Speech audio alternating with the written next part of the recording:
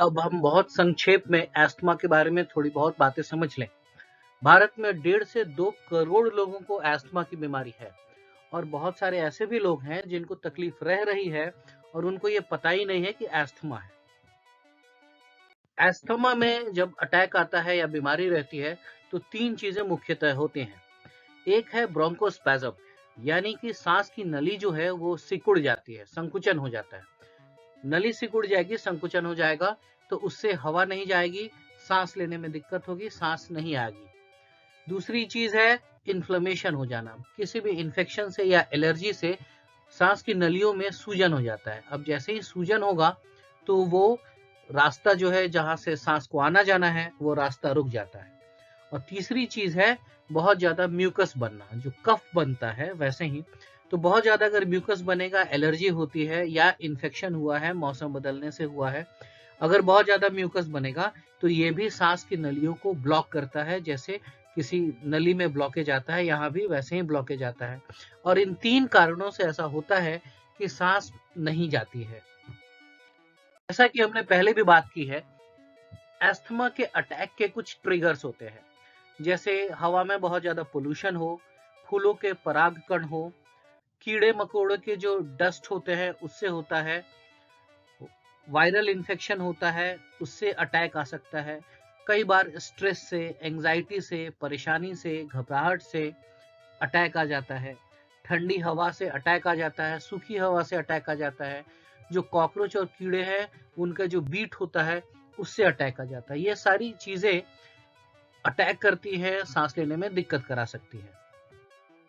कुछ एक खतरे के निशान होते हैं अस्थमा के लिए, जैसे अगर रात में बार बार खांसी आ रही है, नींद खुल जा रही है, एक्सरसाइज करते हैं, कसरत करते हैं और सांस में तकलीफ होती है, चेस्ट में, सीने में जकड़न जैसा महसूस होता है, मौसम बदलने पर सीने में जकड़न जैसा महसूस होता है, या अगर आपको अस्थमा है और बार बार आपको इनहेलर, साल्बुटामॉल जैसा इनहेलर लेना पड़ रहा है, तो ये सारी चीजें बताती हैं कि या तो आपको अस्थमा है या अस्थमा का अटैक आ रहा है। आपको सावधानी रखनी पड़ेगी, अपने डॉक्टर से मिलिए और अपने सारे जो सिम्टम है, लक्षण है, उनसे बात कीजिए।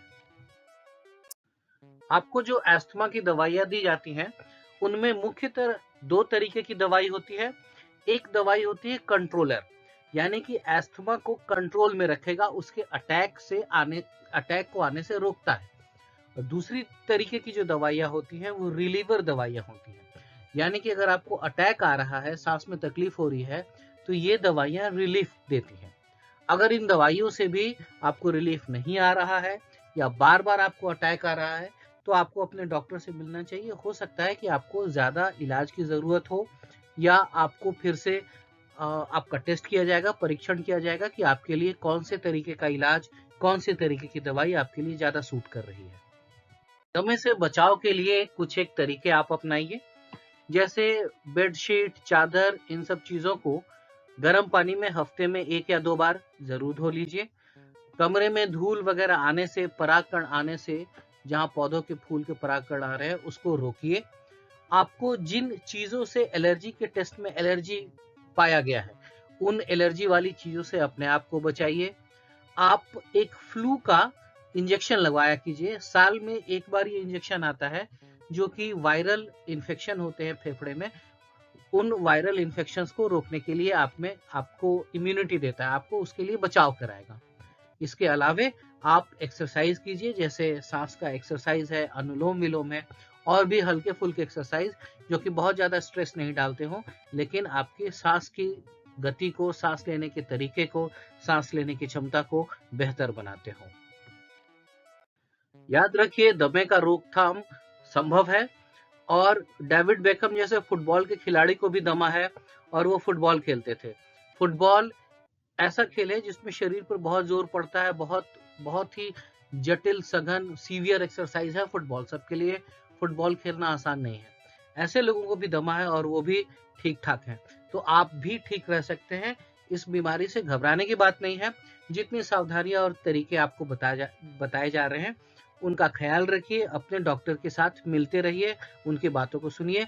मेरी तरफ से आप सबको बहुत बहुत शुभकामनाएं। आप सभी स्वस्थ रहे। सर्वे भवन्तु सुखिनः, सर्वे सन्तु निरामया। धन्यवाद। यस डॉक्टर को सब्सक्राइब जरूर कीजिएगा, शेयर जरूर कीजिएगा। हम लोग ऐसे ही मिलते रहेंगे और अच्छी-अच्छी बातें करते रहेंगे।